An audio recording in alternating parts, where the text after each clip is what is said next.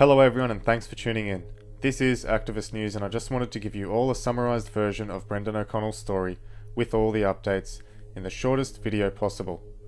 Lots of people have been asking me about it, so I've tried to put this video together for you guys. Hopefully it answers some questions as well. I've also mentioned a lot of other sources for this information throughout the video. If you could share this video, re-upload it elsewhere, that would also be appreciated, as it seems Google algorithms and YouTube censors don't much like the content I create. And for the sake of making this video short, I will begin. This is the situation as I know it in a nutshell. On May the 2nd, 2009, Brendon O'Connell went to a Friends of Palestine protest in Perth. He took his video camera in hopes of filming some of the action. This was the video that got Brendon O'Connell arrested for the first time. In his own words, he was there to hopefully film the Israeli counter-protesters who were down there last time filming the Friends of Palestine protest. One of the men that were photographing the Friends of Palestine protesters this time around was a man named Stanley Elliott Keyser, who got in a debate with Brendon O'Connell. No. I wasn't filming you. We were standing out there. That's what I'm angry about. You took our photo.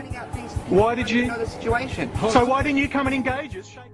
If you want to watch the full video of this incident, check it out on the channel on the screen. This event resulted in Brendon O'Connell being put in prison. The Israeli ambassador at the time came out directly against Brendon O'Connell as well. Specifically, there were two parts to the legislation used against me. One part was Section 77, which was the most serious. That was a form of incitement, which was pretty funny. Specifically to Stanley Elliott Keyser, under Section 80B, it was I engaged in conduct likely, keyword likely, to offend, for which I received 1 year's jail. The problem didn't end there for Brendon, however. When he was in prison, he was assaulted, had his arm broken, he was harassed and threatened by people in the prison who he believes were working in the interest of the corrupt police officers that were involved in his case. When Brendon got out of prison, he was met with criticism and accusations a couple of years later, which got him charged with new crimes that he feels were trumped up and stacked against him in an attempt to silence him.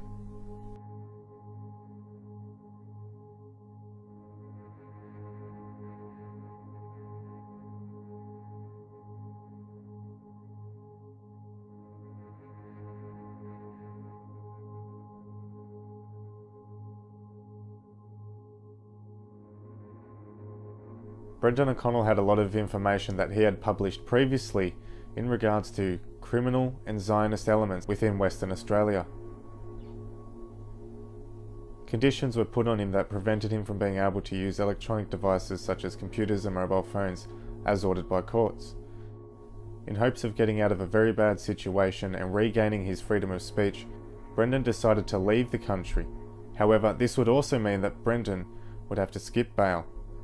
If you wanted to know more about the specifics of the corruption involved in Western Australia, the abuse Brendon received, or the complete legal farce that was Brendon's charges and the conditions that were laid upon him, Brendon has a 200-page synopsis available on his blog for anyone to see.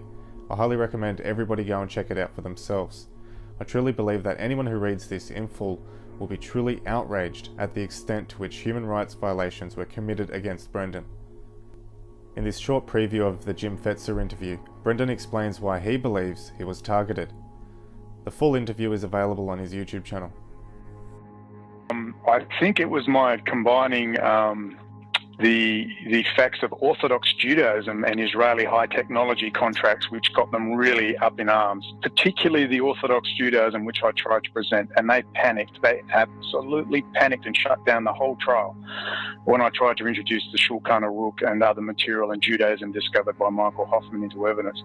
The Holocaust stuff appeared because I did sidestep the issue a little bit.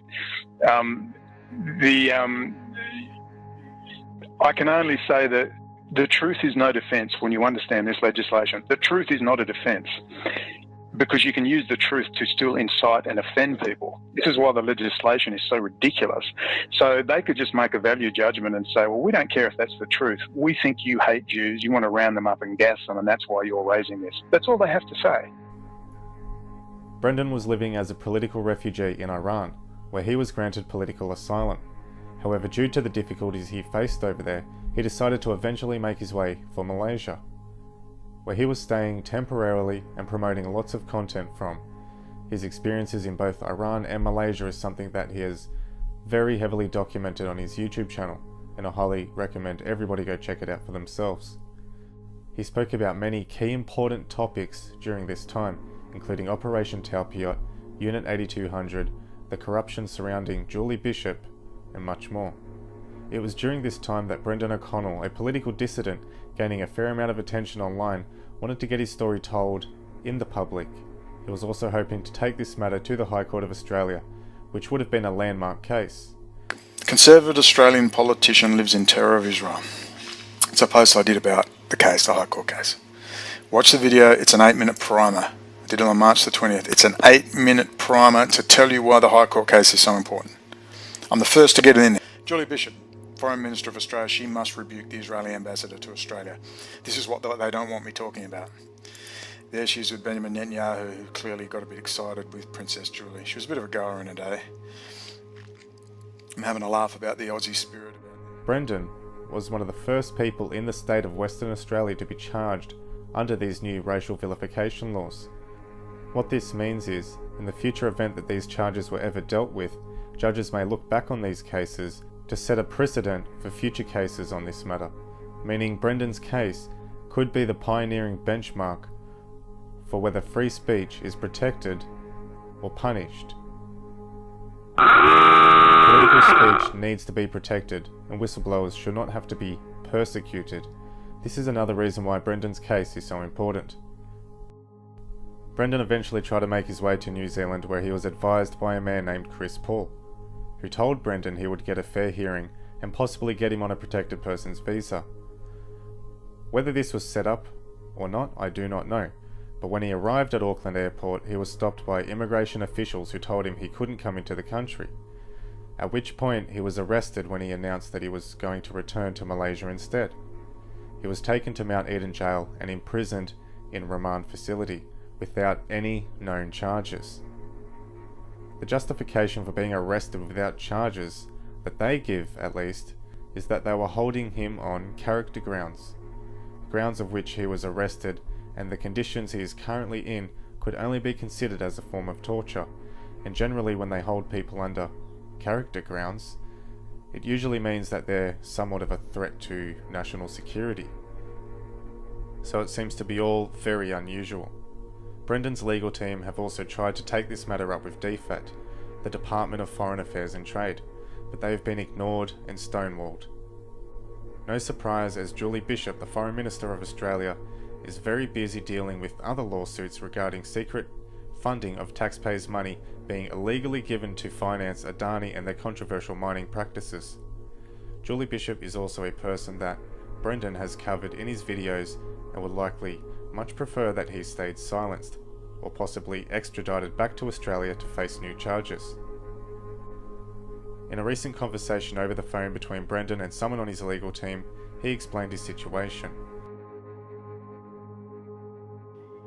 Right, but if you could get onto, like, there's a guy called Nicky Hagar, he writes about my material and try and get some people to come in when you can. But the biggest thing is that I can talk with you, do an interview, and put the audio out that they are detaining us in a highly high-risk environment, totally contrary to the United Nations rules on the treatment of prisoners and asylum seekers. All right, so Jacinta fucking Ahern is lecturing the Australian government when they hold us in maximum security facilities, no access to paperwork, no access to laptops, no access to any legal material, nothing. In fucking Manus Island, they have mobile phones, access to the internet, printing facilities, photocopying facilities, cooking facilities, and they can walk around in the sun. We can't even see the sun. Yeah, I know. I'm going to be... The key is that Carol opposes my warrant of commitment. That's all she has to do. And that's what she's supposedly organising. You can bring a bit of pressure to bear, but really it's up to the lawyer. Yes, agreed. Well, I'm trying to get onto this Davis, who's the immigration minister. Okay? Yeah, I would focus on nothing but chatting every now and again, once a week with Carol maybe. There's not much you can do. It's up to the lawyers. But for us to stay in contact and you record my calls and publish it. Yeah, so this is what they're doing. They're holding us in maximum security environments, contrary to all the rules. United Nations. I said to the judge, we're getting the transcript, we're going to get it sent to you and the audio. I said to the judge, do you rule on immigration matters? And she said, I'm not answering that. I said, are you aware that New Zealand is a signatory to the United Nations Conventions, including the United Nations Human Rights Commission and the treatment of asylum seekers? I'm not answering that. Brendon is still currently under arrest and is awaiting trial until the 5th of December, but his legal team speculates if Brendon is unable to leave New Zealand and get back to Malaysia, he may have to stay in jail in Australia for up to 3 years. Myself and a few others are currently campaigning to get Brendon's story heard and hopefully make him a household name. So we ask that you please share this video around. My main YouTube channel has been subject to censorship, and even my backup channel is starting to have problems. And also other channels like Nick's Bureau, Zionist Report and many others are actively trying to spread the word. So be sure to check out those other channels as well. There have also been slanderous news articles that seem to have come out about Brendon O'Connell in what seems to be an attempt to discredit and undermine his character. Sources such as JPost and stuff.co.nz use phrases like conspiracy theorist and racist anti-Semite throughout their articles. However, anyone who knows Brendon and the truth about his story understands why he's being portrayed in this negative light. We all know who runs the media.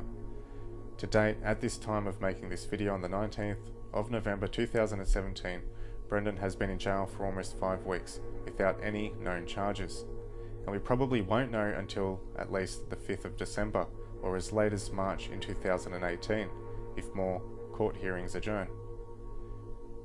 Unfortunately, that's all we know about this situation with Brendon O'Connell, but we'll try to keep you up to date.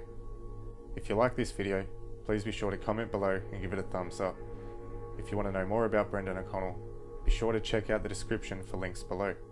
If you are new to the channel, be sure to subscribe as well. And until the next video, thanks for watching. Peace.